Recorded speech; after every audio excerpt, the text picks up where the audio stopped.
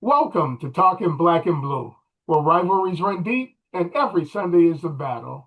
I'm your man, Will McCann, and along with my partner, Tallis Everett, we're a couple of fans from the heart of the Midwest, bringing you real talk and weekly breakdowns from the NFC North, the Black and Blue division.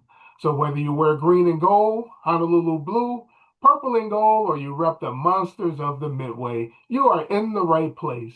So lace up, strap in, and let's talk black and blue. Tell us, my man, what is up? Will McCann.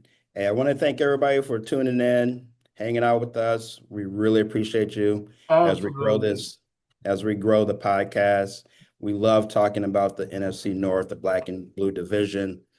Just want to remind you that Will and I are realtors. So if you're thinking about making a move in the next 3 days, 3 weeks, 3 months, or 3 years, reach out to us. We'll be happy to help you score a touchdown in real estate. Will, what about week 4? Tell us, my man. Yeah, hey, I thought week four was a great week. The division was 3-1 this week. Yes, Some sir. great games by the teams in the division, man. I was really proud of the effort of the Minnesota Vikings, man. I know they didn't play well. They struggled. Their quarterback struggled. They turned the ball over. They did fight and compete on defense, though, and they fought back. They battled their way back into the game. Some of that, though, you do have to take with a grain of salt. There's some empty calories there, if you will. A lot of those yards and points at the end of the game where the defense is playing back and letting you have some of that. But still, there's no quit, man. And these games, they come down to the end. They're going to come down to the last 2 minutes. And how about the Right. Detroit Lions? They were running in mud to me on Sunday, but they slugged their way through a game, good old fashioned black and blue game where they just battled and battled their way through it and it ended up getting a big victory there. Uh, what do you say about the Chicago Bears and the effort they put up on the road against the Vegas Raiders, trailing late and having Caleb orchestrate a comeback victory for them? I Right, think right. that's important just mentally in their development. So kudos to Ben Johnson there, man. There's some coaches in this division, dude. And then the Green Bay Packers, man, the defense didn't make the business trip. You know, they stayed back in Wisconsin and end up in a tie with the Dallas Cowboys. And Right, right. you and our predictions on that game, you predicted Green Bay would win that game. So I know that feels like a loss if they fell in a tie. I Yeah. predicted the Cowboys would win. That tie feels like a victory. Yeah. I just want to point before we get too far into the games and into the preview, I just want to point out at this quarter point of the season, the teams in the NFC North, as we ranked them preseason, to quote Dennis Green, they are who we thought they were. The Lions are at the top of the heap. Green Bay's right behind them. And then you got the other two teams pulling up the back. So, hey, I mean, I feel like we do a pretty good job with the information. Absolutely. As I was going to point that out also, I was going to say that at the quarter pole, they have fallen right where you said they would. Yep. I had the two teams at the top flip, but yeah, they're right where you said they would be at the quarter pole. And I think they're all rounding into the teams they're going to become this season. And I agree. I think they are pretty much, like you said, the Dennis Green, they are who we said they are. They are who we thought Right. they were. Yeah, I think we're seeing that from all four teams. I agree with that. Like you Yes, said, sir. we'll get into each team individually. So tell me, what do you think? What are your thoughts about week four? And it's hard to even say that, man. When I was making my notes this week, I actually wrote week four, and I realized, wait a minute, we're already into week five. So I got some sound in the background. I don't know if it's coming through, but what was your question? um, what are your thoughts about week four? Week 4? Yeah. So my thoughts on week 4 are is the Lions have an elite offense, that defense is coming around, right? And I think there's something about they're just starting slow. Hmm. I don't know what that is, and hopefully they can get that corrected. The Green Bay Packers are all offense. What's happened to the defense? Yeah. I know there's some injuries there, and we'll get into that, but man, no defense at all. 40 points? Come on, right? For the Vikings, the injuries are killing them, Mm, and the inconsistency continues to grow. This yeah. is not a good situation for them. And then for Chicago, my question is, with that victory, is there a shift in Chicago? Are Mm. they turning the page? So I think there's some good things happening in the division, but that thing with Green Bay, man, ooh.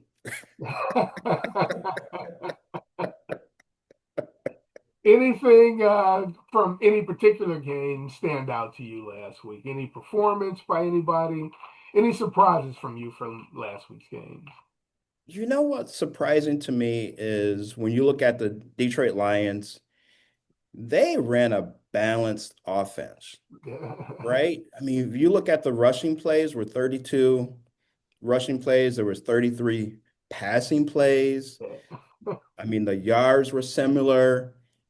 Like Can you get more balance? I've never seen that before. Can you get more balance than that? Yeah. Yeah, you can't get any more balance than that. And then with the defense, like I said a little bit earlier, they're sluggish.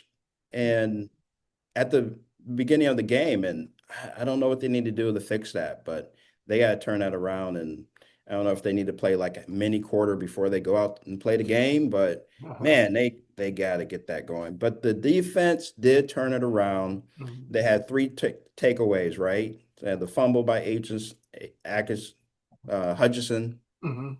right? And then Robinson and Reed with the interception. So the defense, and I mentioned this earlier when we did the preview for the Lions. I felt like the defensive unit was going to surprise us, Mhm. but I think there's some pride on that defensive side where Yeah. they're looking at it like, okay, everybody's always talking about the offense. Yeah.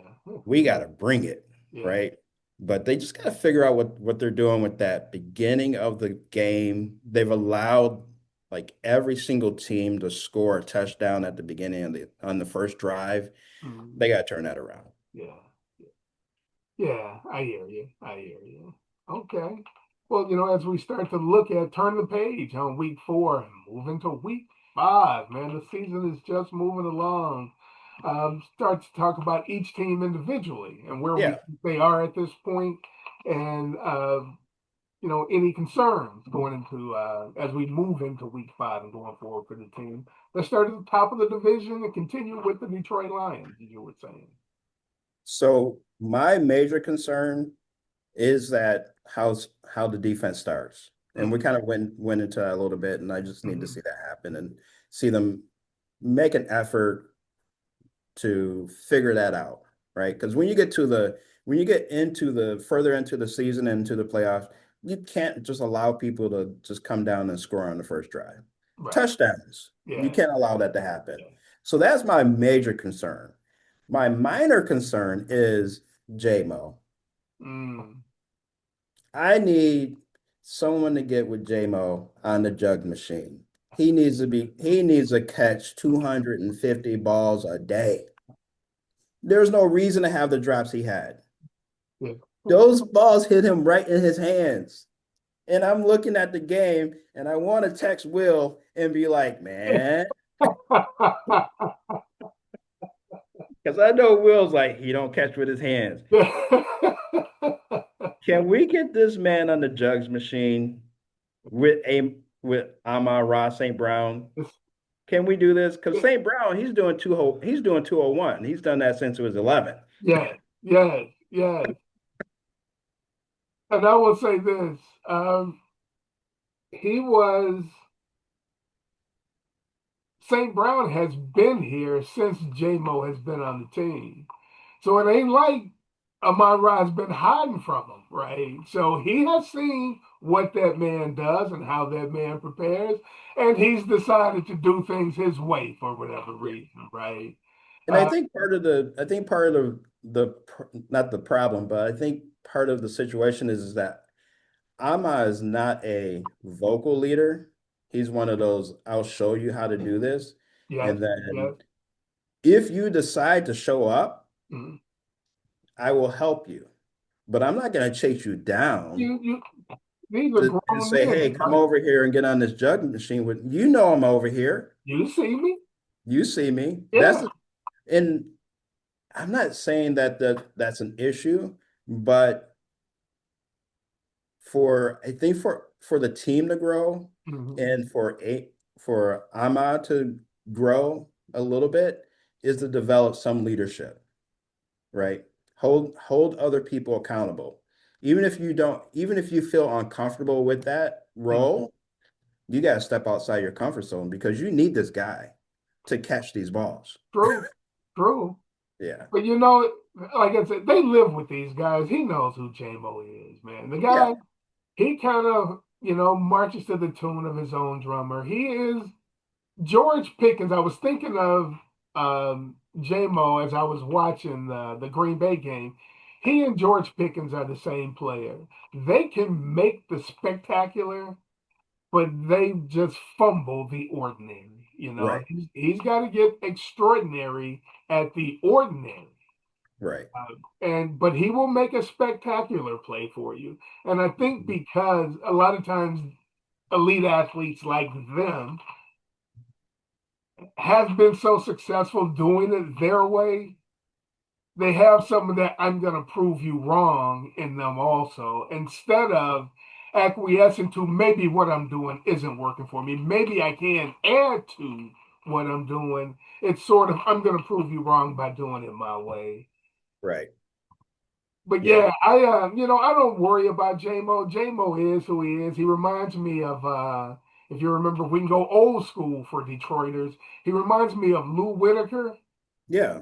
The guys on the team always, he kind of rubbed a lot of people the wrong way. And Sparky Anderson was always, I'll take care of Lou. Don't worry about Lou, guys. I will take care of Lou. And guys just came to accept he is who he is. He, just kind of marches to the tune of a different drummer. He's a different kind of cat. And I Yeah. think J-Mo is just the same way. Yeah. I think for me, I I gravitate towards JMO because I feel like there is a little bit of an underdog there because of how he came into the league Yeah. and the issues he's had. So I kind of root for the underdog, but I need you to catch some balls, bro. Yeah. I need I need you. And I'm on the outside. I'm sure the coaches are doing what they do and they appreciate the work that he puts in. But hey, we gotta catch some balls. Just make the triangle, sir. Ball, the ball will find you if you do the triangle. Either way, let's go. And I guess, I watched the young man early in his career, he sulked when he dropped a ball, or if they took him off the field because he dropped the ball or didn't run a proper route. And I'd see him maturing more. And he plays football, man. He Yeah, sticks his face in there and yeah, blocks defensive ends on running plays, man. And he doesn't shy away from that at all. And for that, I give him a pass, man. It yeah. will come because he does his job when he's on the field.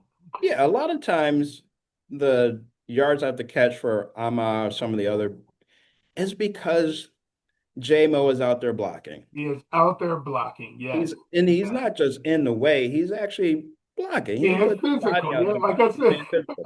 So I said it's he just a catches the minor ball. thing.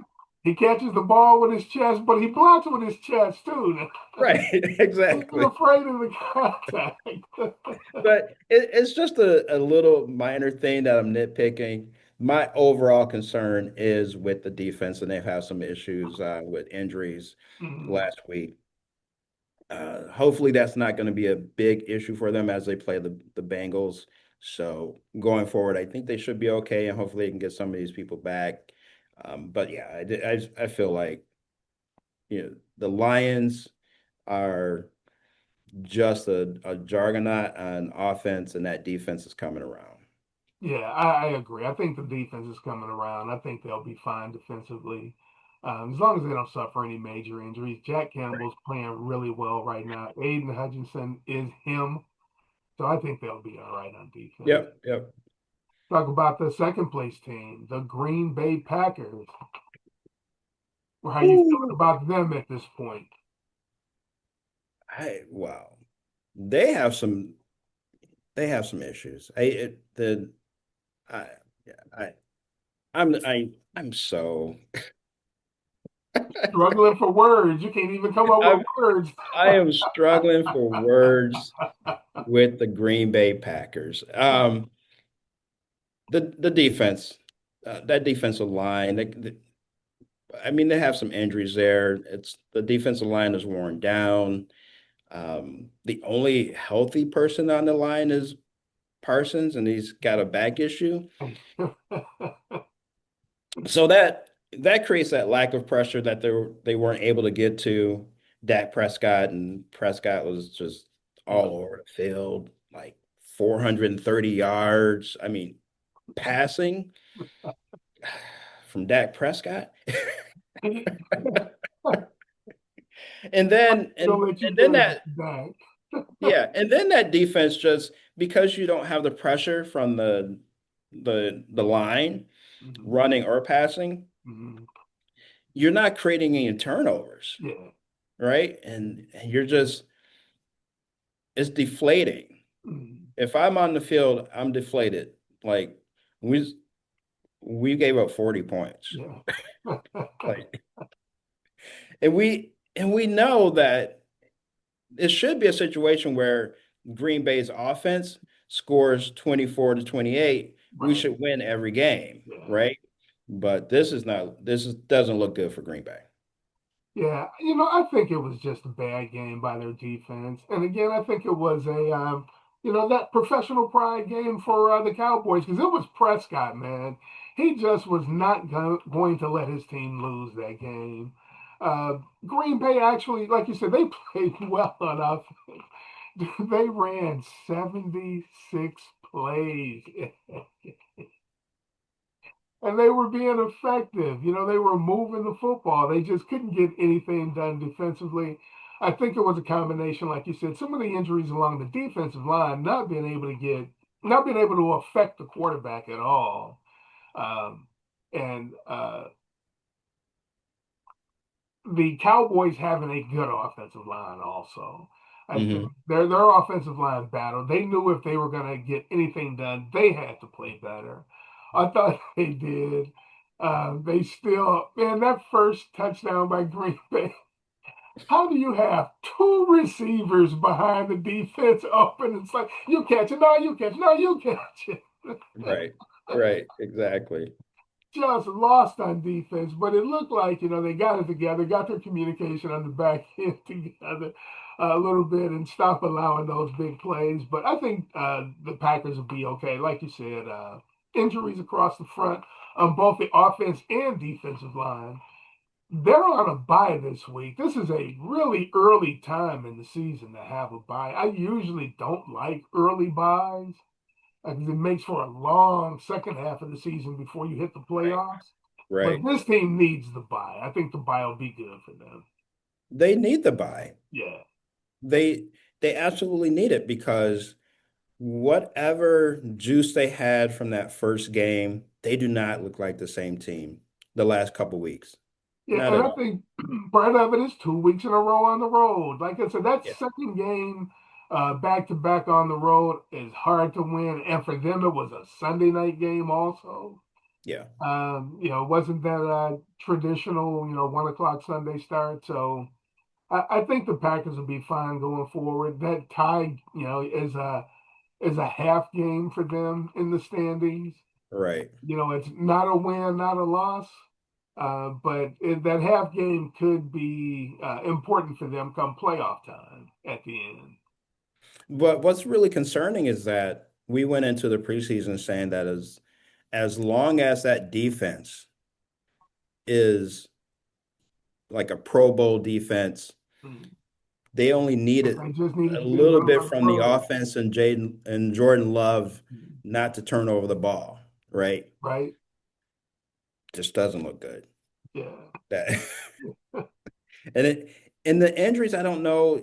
Um, yeah, man, and it's not just the injuries, it's the depth. They Yeah. don't have depth. They have an undrafted rookie playing, undrafted Exactly. rookie on the line I, in Stackhouse, right? yeah. So I this the bye week is coming in for them, and I think it should be a perfect time for them. And like you're saying, it's really early to have a bye week. Mhm. Man, for me, you know, Green Bay's legend, Reggie White, we have a problem.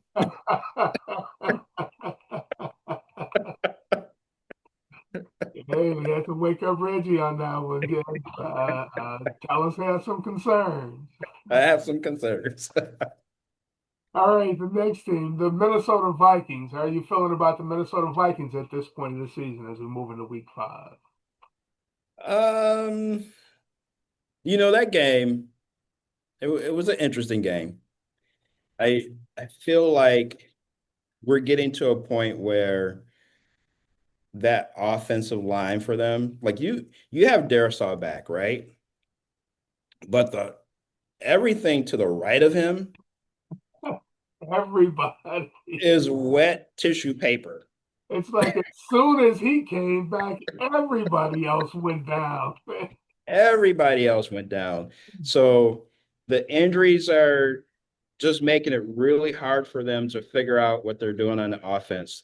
Do we is Carson Wentz better than JJ McCarthy? You can't figure that out because you he's just not getting the time and the offense is not getting a chance to operate the way that it should. I Yeah, don't know. I was gonna say Vikings legend Chuck Foreman. We have a problem. Exactly.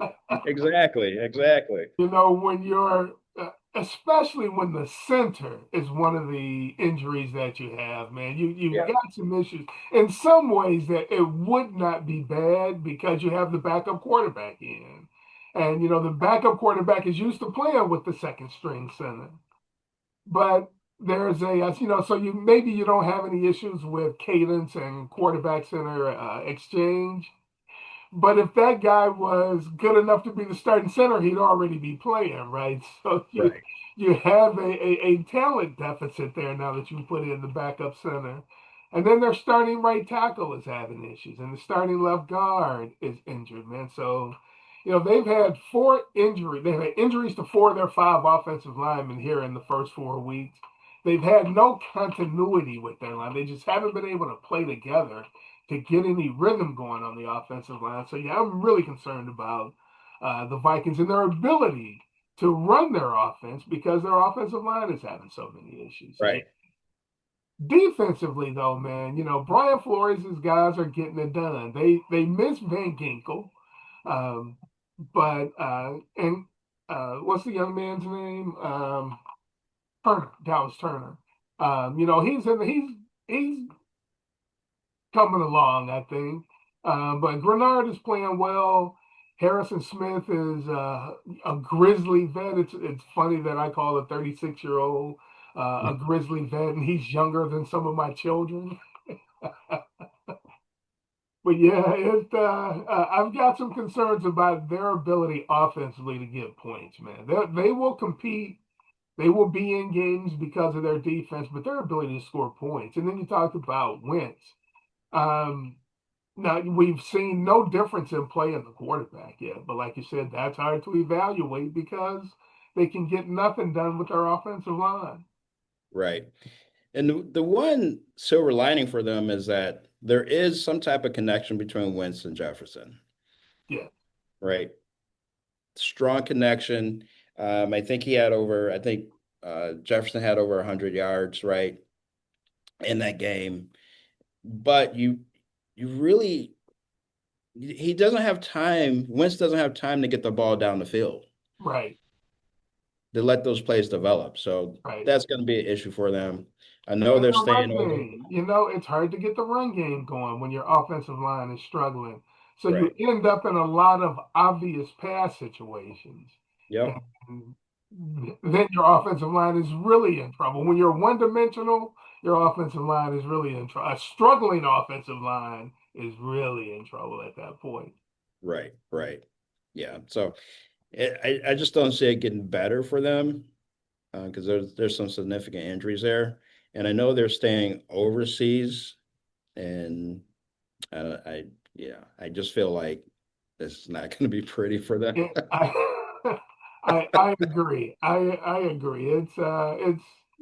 It's I've got some concerns for the Minnesota Vikings for sure. Yes, yes. And then lastly, the monsters of the Midway, the Chicago Bears. How are you feeling about the Bears at this point? It's a we're seeing the growth that we're talking about during the preseason. We want to see this team develop, mesh, and see Caleb continue to grow. The thing about Caleb is that he is a clutch player. Mhm. He can deliver some end of the game heroics. It's Mhm. just during the game, Yeah. right? But in this game, they showed some grit and some resiliency. Mhm. Despite struggling in the offense much of the game, they were able to, come in at the end and put their stamp on it and get that block to Yep. steal Yep. the game. So yeah, they should feel really good heading into their bye week as well. What do you think? Yeah, I agree with you, man. We said we thought this team would be around a 500 team, right? They'd win Yeah. somewhere between 7 to 9 games. Looks like they are rounding into that kind of team, man. Caleb, I'm actually he's playing better than I thought he would under Ben Johnson, man. And I like what I see about the young man. Like I said, I like that. As soon as I said he doesn't turn the ball over, I think he's thrown an interception each of the last 2 games.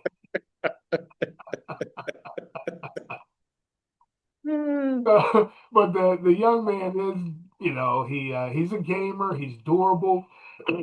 He's taking fewer sacks, which I like. Hey, just sometimes you just have to live to fight another down, right?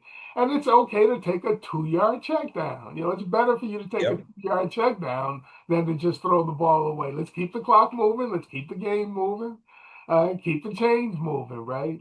Right. I like where they are so far. They still have some issues on defense.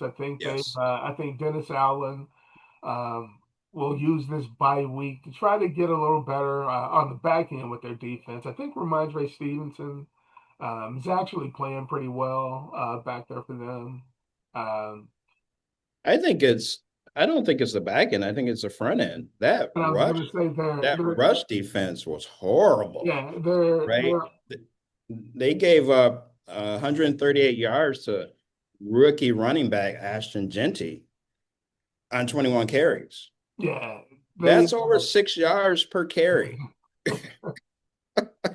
they were having some issues in the run game, and Yeah, only Montez Sweat is the only one giving them any kind of pass rush. So yeah, yeah, they've got some issues on defense. Yeah, they've got some issues on defense, and you're right. When teams can run the ball on you, then you have a tough time because you start dedicating more resources to the run game, and it right. starts to open up the pass game. You're a step Yeah, slow and open up lanes in the pass game. So yeah, I think they've got some issues. I think they'll use the bye week to try to shore up some things defensively. But yeah, I yep, like where they are coming offensively, and I like where Caleb is going so far. yeah, yep. We're right where we thought they would be. They are who they thought they. That is one of my classic all-time favorite lines, bro. One of my all-time favorite coach rants. Right, right, right. All right, so let's move on to predictions for week 5. We only have two division games this week, as we have two teams that are on bye. Both the Packers and the Bears are on bye this week. So first game we have is the Detroit Lions going to Cincinnati to take on the Bengals. What do you All have right. in that game? Okay, guys. When I looked at this last night, and again, we tape on Wednesday mornings. So the line is 9.5 for Detroit. The over-under is 949.5. I'm gonna keep it respectful.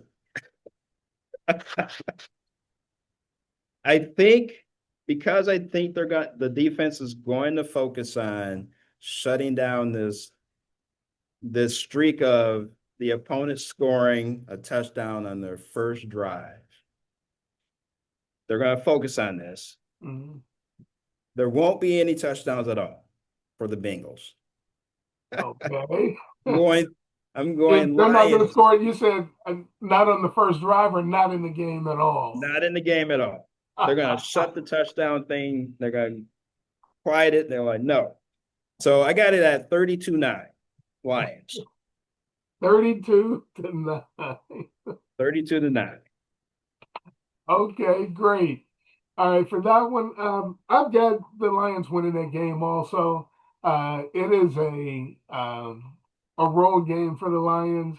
Uh, Outdoors, not expecting the offense, even though it's not yet, a cold weather game.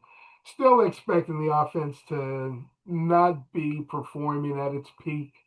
Um, Cincinnati to play with a little pride, to at least compete. I think Detroit will win the game, though, and I've got the Lions 28, Cincinnati 20. Okay.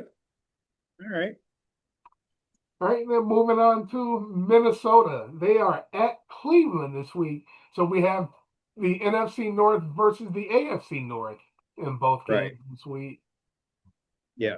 So And this who do you have in this one? right. And this game is being played in London. Oh, this is the London game? Yep. Oh, So the I just looked Viking, and said actually, okay, got it. yeah, so the Okay. Vikings stayed over there. Yeah. Oh, They just went from Dublin to London. Right. okay, okay. Okay. So the way I broke this, let me give you it's Minnesota by 3.5 is the line. The over under is 36.5. The way I break this down is the Browns experienced the Lions flu. You know what the Lions flu is? Uh, that's the team the week after they play the Lions. Yes. What condition are they in? Those teams have a subpar performance. Plus, the Browns are traveling to London. Yeah. Again, the Vikings are already over there. So I got this game Vikings 13, Browns 10. Yeah. Unless these two defenses do something amazing, this is going to be an in the trenches Will McCann game.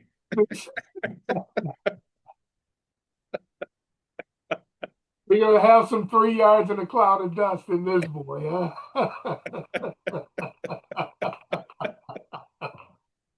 Oh, man. I look at this game, man, and Cleveland is 31st in points on offense. They're 24th in points allowed on defense. Even though they are, yardage wise, one of the top defenses, it's because of turnovers by the offense. They keep ending up defending short fields. I expect something crazy like that to happen this week. I like Kevin Stefanski as a coach, but I Yeah, like Kevin O'Connell to manage his quarterback through the game better than Stefanski manages Dylan Gabriel in the second half of this game. Come on, man. What are we doing with Flacco at this? right, right, Flacco even playing anymore? And I know, you owe it to the guys in your locker room to try to win. These guys have careers and families they're fighting for. You can't just give up on a season. I get that. People say, hey, what are you doing? I, I, I get that. But man, where are you going with Flacco? At this point, you're not even competitive with Flacco. It would be right. different if you were competing and giving your team a chance to win. it doesn't even look like they have a chance to win with Flacco. I think you need to start looking at what do you have with your young guys. You were probably going to do it later in the season anyway. Right. Once you were out of the playoffs, and you guys are on the clock now, right? I think it's time to put one of the young guys in and see what Yep. they can do. But I still think they're going to fight this week. And I see Minnesota 23, Cleveland 21. Okay. Okay. All right. Maybe I'm just hoping and praying that